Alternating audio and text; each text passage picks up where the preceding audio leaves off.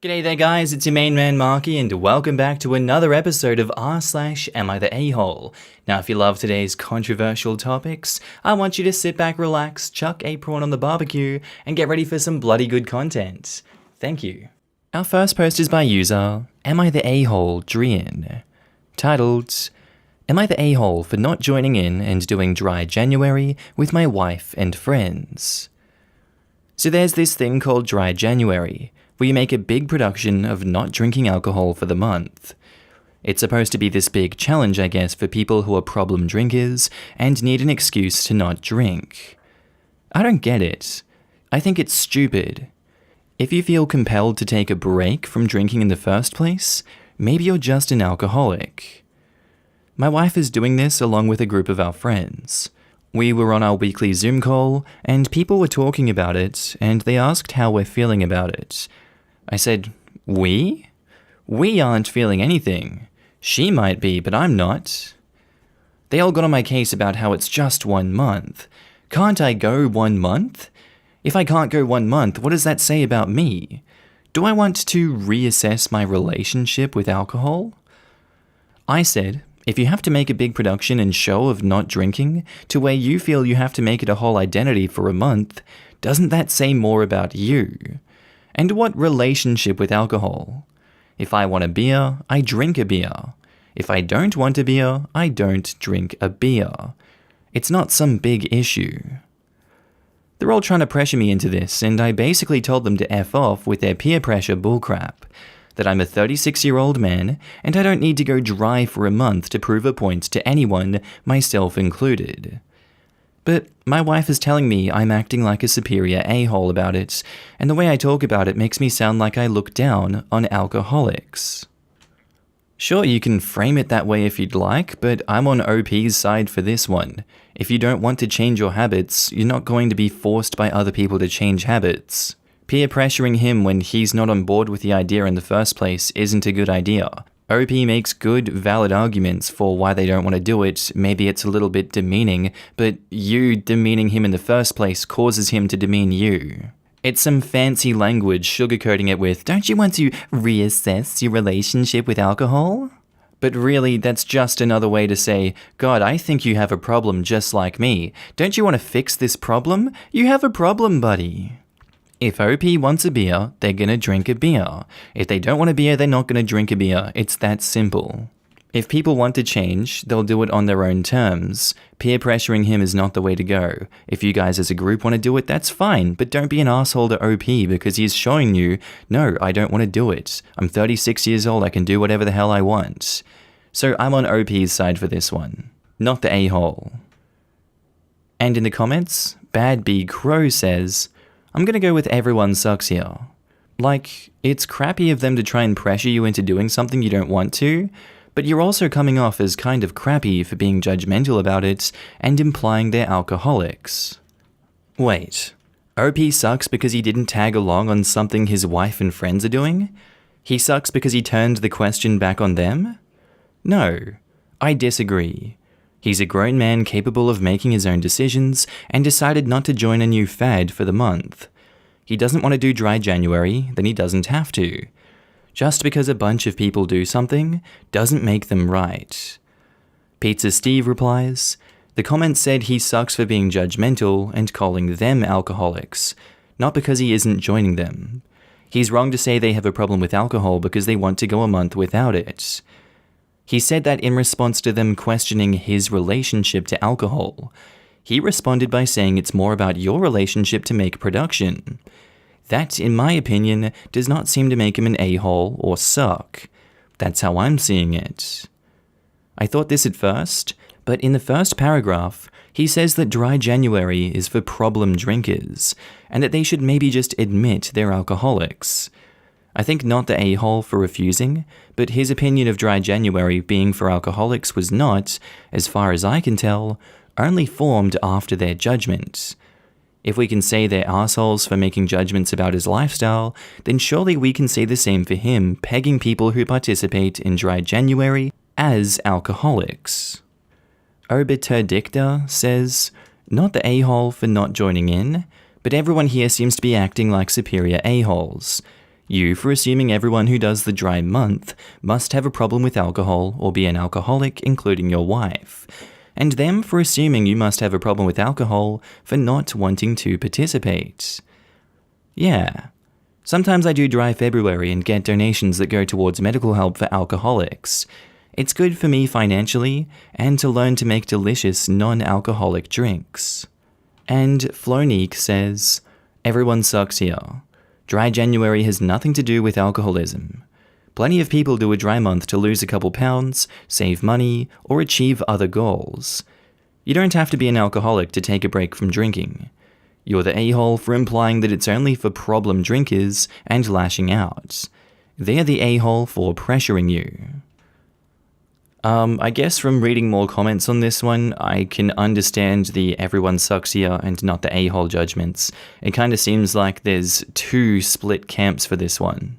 I accept if you guys disagree with me down in the comments, I still am going to stay with the not the a-hole judgment. I'm more on OP's side for this one than the everyone sucks here camp, but I do think OP is a bit of a dickhead for saying that people not drinking or giving up alcohol in January is because they're alcoholics and they should admit that. I don't agree with that statement. Our next post is by user Cheesecake Silent, titled, Am I the a-hole for saying all gifts came from Santa, even if it upsets my parents-in-law? So I'm a widower.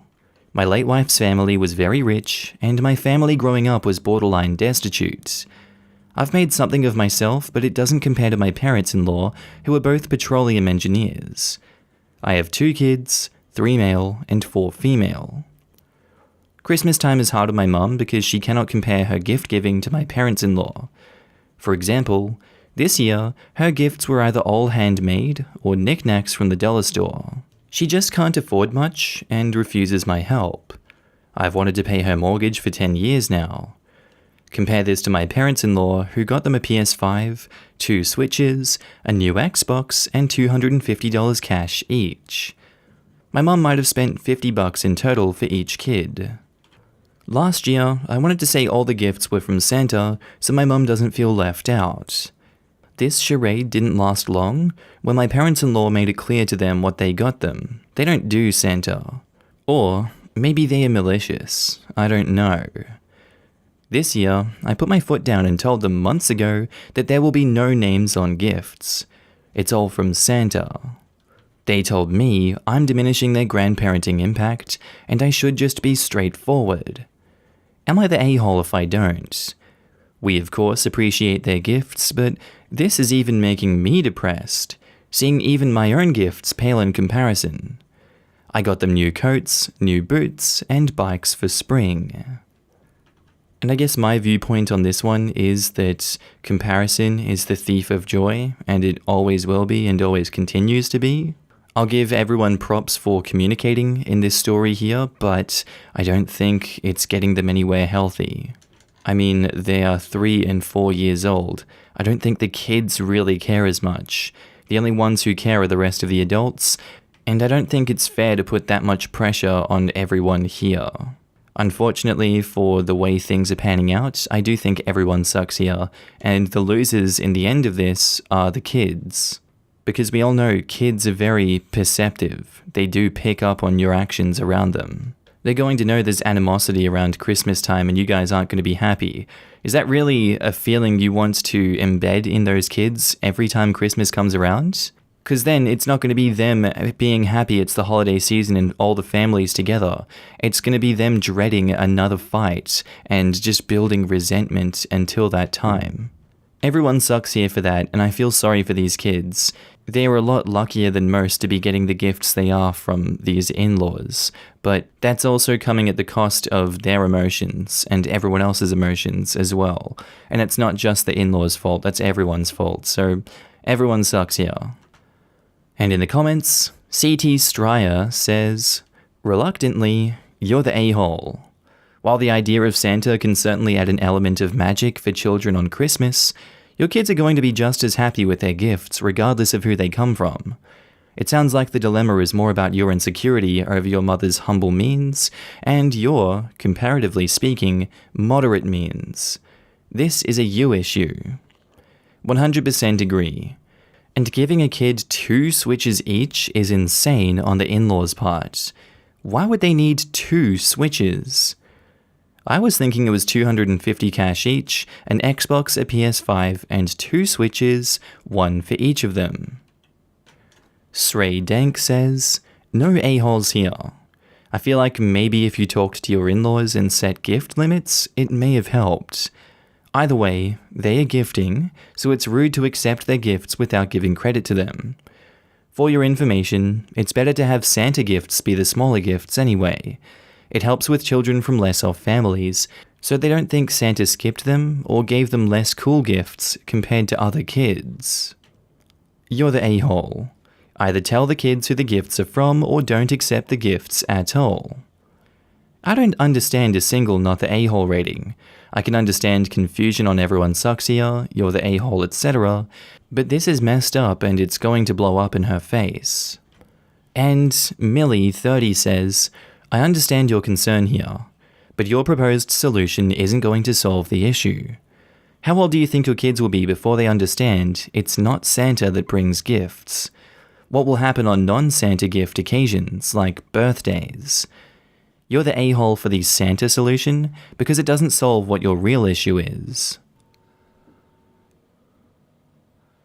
Our next post is by user Kiss and Wine, titled, Am I the a-hole for upcycling my ex's family heirloom? I was with said ex for nearly 5 years. We were engaged. At some point during our relationship, his mum gave me her grandma's fur coat. It was something she saved up for and treasured, but no one else in the family really wanted it or could fit into it. My mum is a master seamstress. She used to go to antique stores all the time to look for fur coats, and she would turn them into these incredibly beautiful teddy bears. I told my ex's family that I would never wear this coat, and that this would likely sit in a closet for the rest of my life, and asked if I could instead have my mum turn it into a bear and give it new life. The answer was no. They were fine that I would never wear it and still wanted me to have it, since there was at least the possibility that maybe someday I would wear it, and I was told that no one else in the family wanted it. It took me a long time to realize that my ex was actually incredibly emotionally abusive to me. It got to the point where I truly believed that I was an awful person and he was a saint for putting up with me, and that no one would love me except for him. He had slowly chipped away at all my self-worth and alienated all my friends and most of my family. We had a dog together. Technically speaking, it was his dog since he was home all the time working on his master's degree. However, the dog and I bonded and were both equally terrified of him. He would also get into these fits of rage, and the dog and I would just huddle together on the couch.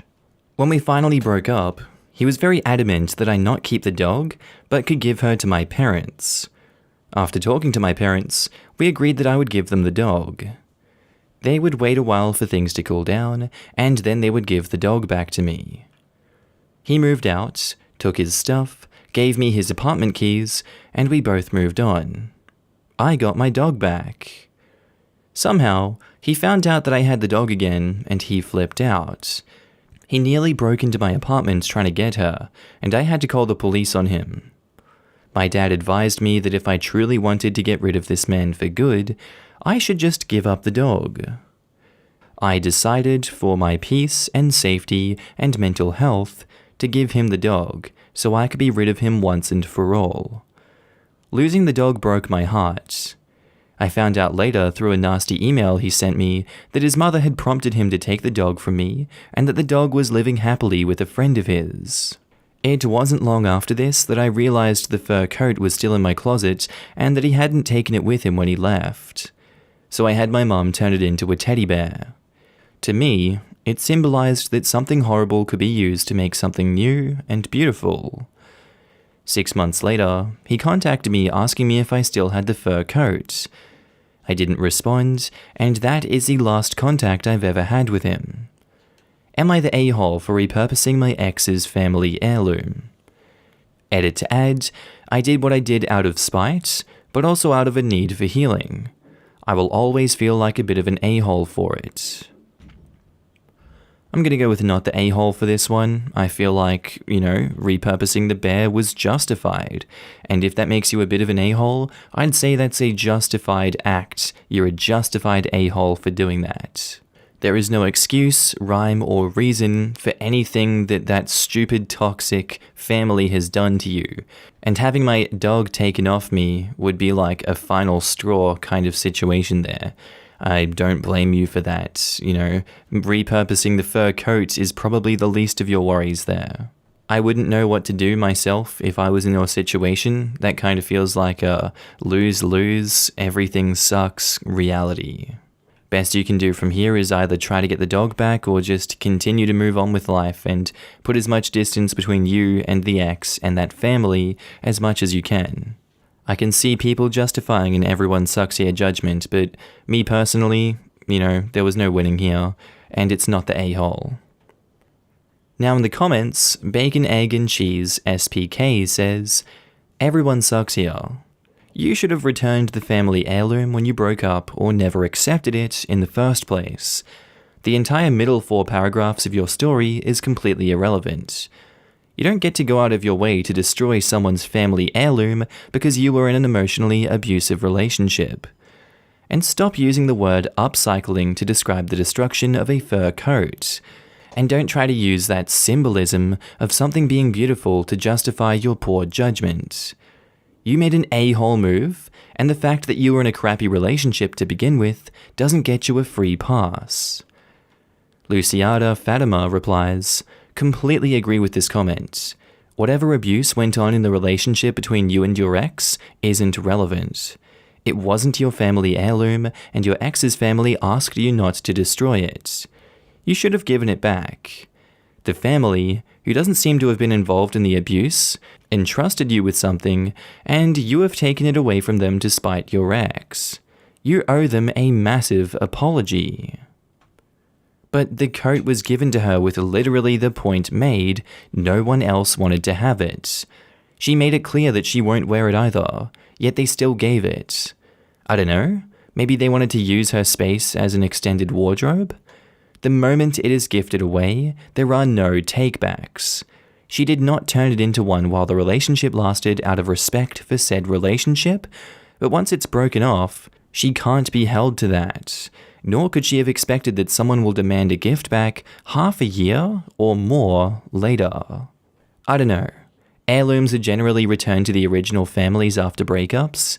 It's the right thing to do. Failed engagement with a family heirloom ring? The ring goes back to the family. Heirloom coat that symbolizes the hard work of a dead woman should have gone back to the family. They only gave her the coat because they thought that it was going into the safekeeping of the next generation. Maybe she didn't have to give back the coat, but it would have been the right thing to do. What about her dog? Her dog is a living being that hated her boyfriend, but they took the dog away from her anyway and gave it to the boyfriend's friend. All bets are off on returning things if the ex and his family can't render the most basic amount of respect for OP and her dog. Honestly, I think this makes her a major a-hole. She gave the dog to an abusive man who the dog was afraid of. She could have kept it with her parents and visited regularly. Everyone sucks here. And Carrie Sully replies, clearly you have never been in an abusive relationship. It's not easy being the one who's abused. Maybe she was afraid of him for her life, that even if the dog went to her parents, the ex could still break into her house or her parents' house. It's not the responsibility of women to prevent men abusing dogs. The Tiganator says, not the a-hole for the coat, but why would you ever give a poor animal away to an abusive person? What is wrong with you? File a restraining order and get the cops involved before you throw an animal to the wolves. And Saucy Noodle Lover says, not the a-hole. If the fur coat was so valuable, then they shouldn't have given it to you in the first place. They were obviously using it to guilt you into staying with him. As things are, the coat was a gift, and therefore yours to do what you want. And our last post today is by user TA Social Distance, titled, Am I the a-hole for lining up bags of breast milk in my shared work office? Tattle sounds weird, but hear me out. I just returned to work after having a baby, and I'm still breastfeeding my 9-month-old child. I have to express milk at work every 4 hours to stop any discomfort and supply enough milk to take home for use when I'm not there. My breasts really hurt if I go any longer, and they often leak. Expressing takes around 15 minutes, then another 5 minutes or so to bag the milk and refrigerate and clean the pump parts. It's a pain in the ass, to be honest, and I want to stop, but my baby will not take formula. My boss has agreed that I can take 2 extra breaks to express. I use the work's welfare room to do this, where there's a sink, comfortable chair, and a lockable door. My male colleague, who I share an office with, recently commented on my extra breaks and how it was unfair that I get to skive off work. This particular male colleague takes up to 6 or 7 smoke breaks a day on top of his scheduled breaks. When I explained to him that pumping milk is not fun, in fact, it's actually quite hard work, he laughed and said that he didn't want to know, as it was disgusting, and that sitting pumping your chest is not work. It's probably just fun for you. I normally store my milk in a black bag in a fridge upstairs so it can't be seen. I express around 24 ounces a day. To prove a point, I've started to store my milk down in the shared office while it cools, for about 20 minutes, lined up on my desk in a clear breast milk bag. Then I put it into a USB fridge. As my colleague thinks it's not hard work to pump, I thought I would show him the result of my skiving off work. Colleague is now threatening to go to HR. Am I the a-hole? Both of you are in this situation. Yes, it's fine to go off and pump your breast milk and store it somewhere away from everyone like you were before. He was just being a dickhead, and you could have gone to HR before this or told anyone else about this, get them on your side against this guy, instead of doing what you've done here, because this is something that a lot of people aren't comfortable with, especially in the workplace. If he's threatening to go to HR, I'm sure that more people in the office will also want to go to HR about it as well. Honestly, I think you should just go back to the way you were doing it before. There was nothing wrong with it, no one else had a problem with it, and kind of seems like you're imposing a problem that didn't need to be made onto everyone else in the office, and that's not fair on them. Everyone sucks here in this situation. In the comments, Eternity24601 says, "Everyone sucks here. He needs to mind his own business, but you went out of your way to do something that he specifically said, albeit rather immaturely, that makes him uncomfortable.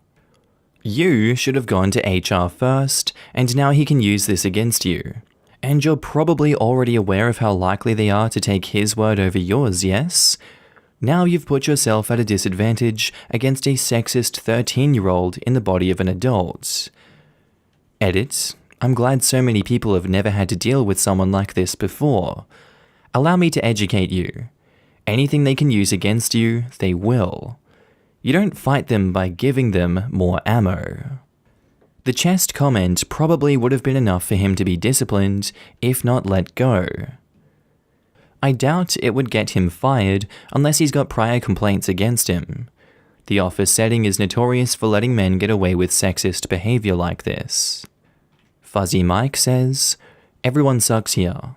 His comments to you about skiving off work were worthy of a trip to HR. Your lining it up on your desk to prove a point is an escalation. HR is going to use a lot of words to tell you both to knock it off." And Cuba Dog says, "Everyone sucks here. You're both acting inappropriately over this. Your first stop should have been your manager when he started running his mouth with his very wrong opinion. Lining up your expressed breast milk proves no point to anyone. Your first stop should have been your manager, not HR.